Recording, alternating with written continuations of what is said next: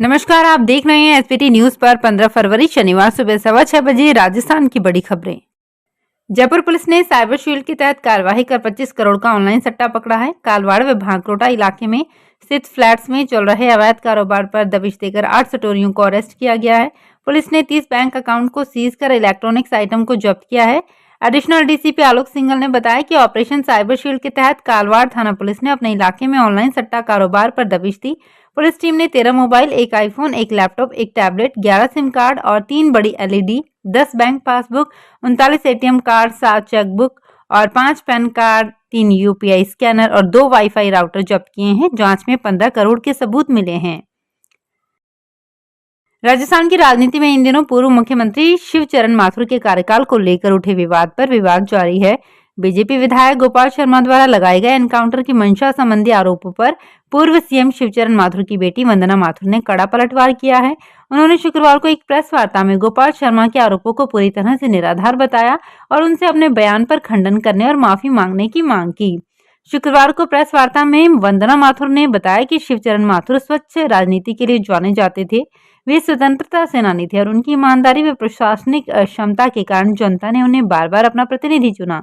वंदना माथुर ने कहा कि पार्टी के सिद्धांतों और गांधीवादी मूल्यों से ऊपर उन्होंने कभी किसी को तरजीह नहीं दी। वंदना माथुर ने कहा कि गोपाल शर्मा पहली बार विधायक बने हैं, उन्हें शायद इतिहास की पूरी जानकारी नहीं है। शिवचरण माथुर अब इस दुनिया में नहीं है। ऐसे में 35 साल बाद इस तरह के आरोप लगाने का कोई औचित्य नहीं है।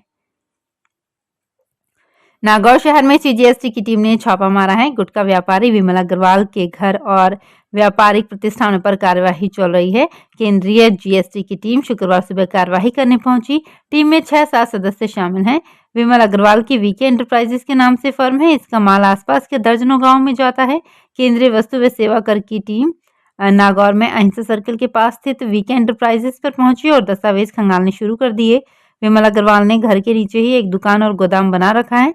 टीम जब कार्यवाही करने पहुंची तब एक मिनी ट्रक से माल उतारा जा रहा था। टीम के पहुंचते ही माल की ढुलाई बंद कर दी गई।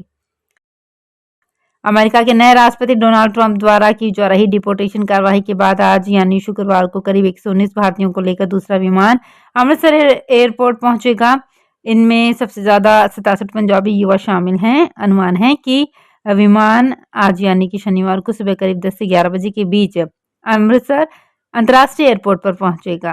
डिपोर्टेड भारतीयों में 67 पंजाबी, 33 हरियाणवी, गुजरात के 8, उत्तर प्रदेश के 3, महाराष्ट्र के 2 और राजस्थान के 2, गोवा, हिमाचल प्रदेश और जम्मू कश्मीर के 2 यात्री शामिल हैं। हालांकि इस बारे में अमृतसर अंतर्राष्ट्रीय एयरपोर्ट की ओर से कोई बयान या अन्य जानकारी साझा नहीं की गई है। खाटू श्याम में वैलेंटाइन डे पर शुक्रवार को श्याम भक्तों की भीड़ उमड़ी। प्रेमी जोड़े भी बाबा को गुलाब के फूल भेंट करने और उनके दरबार में पहुंचे। एक भक्त ने खाटू श्याम को चिट्ठी भेजकर अपने प्यार से मिलाने की कामना की। मीडिया रिपोर्ट्स के अनुसार, बाबा, मैं रोहन को अपनी जिंदगी में वापस चाहती हूँ। अगर वो मेरे लिए सही है तो उसको मेरी जिंदगी में वापस भेज देना। मैं चाहती हूँ जिससे मेरी मंगनी हुई है उसी से मेरी शादी हो। मैं उसे खोना नहीं चाहती, पर बाबा उसे मैं समझ नहीं पा रही। शायद वो मुझे समझे। आप सब जानते हो ना ठाकुर, सब कुछ ठीक कर देना, मेरी उससे शादी हो जाए। श्याम प्रभु। वैलेंटाइन डे पर बाबा श्याम को पीले, लाल, नीले, नारंगी और गुलाबी सहित कई रंगदार व खुशबूदार फूलों से सजाया गया। इसके अलावा हमेशा की तरह रत्न से जड़ा सोने का मुकुट बाबा को पहनाया गया। देश के मुख्य चुनाव आयुक्त राजीव कुमार 18 फरवरी को रिटायर हो रहे हैं। इससे पहले नए मुख्य चुनाव आयुक्त के सिलेक्शन को लेकर 17 फरवरी को बैठक बुलाई गई है। सूत्रों के मुताबिक मीटिंग में पीएम मोदी, कानून मंत्री अर्जुन राम मेघवाल के अलावा नेता विपक्ष राहुल गांधी भी शामिल होंगे। कमेटी की सिफारिश के बाद राष्ट्रपति अगले सीईसी की नियुक्ति करेंगी। अब तक सबसे सीनियर चुनाव आयुक्त को सीईसी के रूप में प्रमोट किया जाता रहा है। राजीव कुमार के बाद ज्ञानेश कुमार सबसे सीनियर एसी हैं। उनका कार्यकाल 26 जनवरी 2029 तक है। फोन टैपिंग विवाद पर बीजेपी के नोटिस का जवाब देने के बाद राजस्थान के कृषि मंत्री किरोड़ी लाल मीणा के तेवर नरम पड़े हैं। अब समरावता मामले में अपनी फोटो के इस्तेमाल से भी उन्होंने मना कर दिया है। कृषि मंत्री ने पोस्ट कर कहा कि मेरे फोटो का इस्तेमाल ना किया जाए। किरोड़ी लाल मीणा ने लिखा, मैं जनता के सहयोग के लिए 3 बार समरावता गया, जेल में आंदोलनकारियों से भी मिला। अब आंदोलनकारी विधानसभा का घेराव करने वाले हैं। राजस्थान के पूर्व मुख्यमंत्री अशोक गहलोत ने भजनलाल सरकार पर दिव्यांगों की शिक्षा के प्रति उदासीनता बरतने के आरोप लगाए हैं।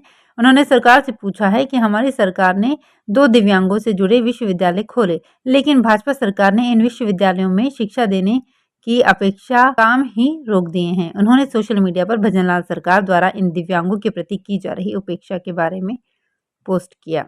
पूर्व मुख्यमंत्री गहलोत ने लिखा कि एक तरफ तो प्रधानमंत्री नरेंद्र मोदी विकलांग शब्द को दिव्यांग करवाते हैं और उन्हें सम्मान देने की बात करते हैं, और दूसरी तरफ उन्हीं की पार्टी की सरकार राजस्थान में दिव्यांगों के हित में घोषित की गई 2 यूनिवर्सिटी का काम तक रोक कर बैठी है। मुख्यमंत्री भजनलाल शर्मा को संज्ञान लेकर इन दोनों विश्वविद्यालयों का काम जल्द से जल्द आगे बढ़ाना चाहिए।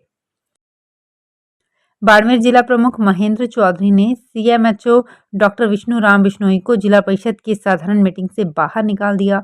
मीटिंग में सांसद उमेदा राम, विधायक प्रियंका चौधरी और जिला कलेक्टर टीना डावी भी थे। मीटिंग में बंद सिटी स्कैन का मुद्दा उठा था। इस पर सीएमएचओ से जवाब मांगा गया तो बोले, मैं अभी नया आया हूँ। इस पर जिला प्रमुख ने कहा, आना जाना सतत प्रक्रिया है, आप बाहर जाइए। बाड़मेर जिला परिषद में साधारण मीटिंग जिला प्रमुख महेंद्र चौधरी की अध्यक्षता में शुक्रवार को हुई। मीटिंग में बाड़मेर जिला अस्पताल में 7-8 महीनों से बंद पड़े सीटी स्कैन मशीन का मुद्दा गरमाया। धौलपुर के पुलिस अधीक्षक सुमित मेहरा ने पेट्रोल पंपों के लिए सुरक्षा के लिए दिशा निर्देश जारी किए हैं। एसपी ने कहा कि अक्सर पेट्रोल पंप कर्मचारी नियमों का उल्लंघन कर प्लास्टिक बोतल, कैन, बड़े ड्रम या खुले बर्तनों में पेट्रोल बेच रहे हैं, जो सुरक्षा की दृष्टि से खतरनाक है। नई एडवाइजरी के अनुसार सभी पेट्रोल पंपों पर कार्यशील सीसीटीवी कैमरे लगाना अनिवार्य किया गया है। साथ ही अग्निशमन यंत्र की उपलब्धता और उसकी कार्यक्षमता सुनिश्चित करनी होगी। कर्मचारियों को निर्धारित ड्रेस कोड का पालन करना होगा और उनका पुलिस वेरिफिकेशन कराना अनिवार्य होगा। नगद राशि की सुरक्षा के लिए प्रशिक्षित हथियारबंद गार्ड की तैनाती अनिवार्य की गई है। ग्राहकों की सुविधा के लिए शौचालय की व्यवस्था भी जरूरी होगी। पेट्रोल भरते समय वाहनों के बीच निर्धारित दूरी बनाए रखने के निर्देश दिए गए हैं। सुरक्षा के मद्देनजर पेट्रोल पंप परिसर में धूम्रपान पर पूर्ण तरह से प्रतिबंध है। इसके अलावा ईंधन भरवाते समय ग्राहकों और कर्मचारियों को मोबाइल फोन के उपयोग से भी मना किया गया है। धौलपुर जिला विधिक सेवा प्राधिकरण की सचिव रेखा यादव ने शुक्रवार को धौलपुर में राजकीय बाल संप्रेषण एवं शिशु गृह का निरीक्षण किया। निरीक्षण में सचिव ने बच्चों की बुनियादी सुविधाओं का जायजा लिया। निरीक्षण के दौरान सचिव रेखा यादव ने संप्रेषण गृह में रह रहे सभी बच्चों से मुलाकात की और उनकी स्थिति का आकलन किया। उन्होंने गृह में बच्चों के लिए उपलब्ध भोजन व्यवस्था, रहने की जगह, चिकित्सा सुविधाएं, रसोई घर, शौचालय और स्नान घर की भी व्यवस्था का निरीक्षण किया।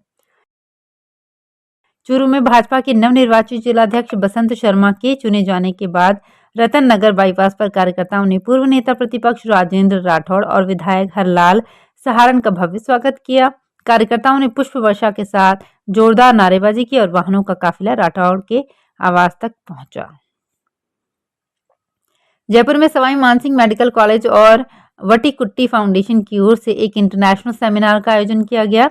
इसमें इलाज के लिए इजाद की गई एडवांस रोबोटिक और आर्टिफिशियल तकनीकी पर विशेषज्ञों ने चर्चा की। कार्यक्रम का आयोजन राजस्थान इंटरनेशनल सेंटर में हुआ, जिसमें उप मुख्यमंत्री दिया कुमारी भी मौजूद रही।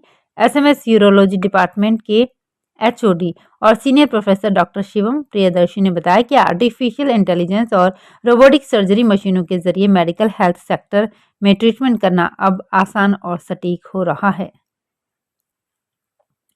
जयपुर शहर में मकान बनाने वालों के लिए एक और बड़ी खुशखबरी आई है। जेडीए आगामी दिनों में 3 और नई आवासीय योजनाओं के लिए आवेदन की प्रक्रिया जल्द शुरू करने वाला है। इसकी घोषणा नगरीय विकास मंत्री झावर सिंह खर्रा ने शुक्रवार को जेडीए परिसर में अटल विहार आवासीय योजना की लॉटरी के अवसर पर की। आपको बता दें कि इस समय जेडीए की ओर से पहले से ही 3 आवासीय योजना अटल विहार, गोविंद विहार और पटेल नगर आवासीय योजना में आवेदन की प्रक्रिया पूर्ण हो चुकी है। इसमें से अटल विहार आवासीय योजना की लॉटरी 14 फरवरी को निकाली गई थी, गोविंद विहार की 20 फरवरी को और पटेल नगरीय आवासीय योजना की लॉटरी 24 फरवरी को निकाली जाएगी। राजस्थान के सबसे युवा सांसद संजना जाटव ने हाल ही में वृंदावन पहुंचकर प्रसिद्ध संत प्रेमानंद महाराज जी के दर्शन किए और उनसे जीवन और सेवा से जुड़े महत्वपूर्ण सवाल किए। इस दौरान संजना जाटव ने महाराज जी से पूछा कि वो कुछ साल पहले तक एक साधारण घरेलू महिला थी, लेकिन अब सांसद बनने के बाद उन्हें अपने परिवार और परिचितों के लिए समय नहीं मिल पाता। इस पर प्रेमानंद महाराज ने उन्हें प्रेरणादायक उत्तर दिया और उन्हें सेवा भाव से अपने कर्तव्यों को निभाने की सीख दी। तो फिलहाल बड़ी खबरों में इतना ही। ताज़ा खबरों को देखने के लिए चैनल को सब्सक्राइब करें और देखते रहिए एसपीटी न्यूज़। धन्यवाद।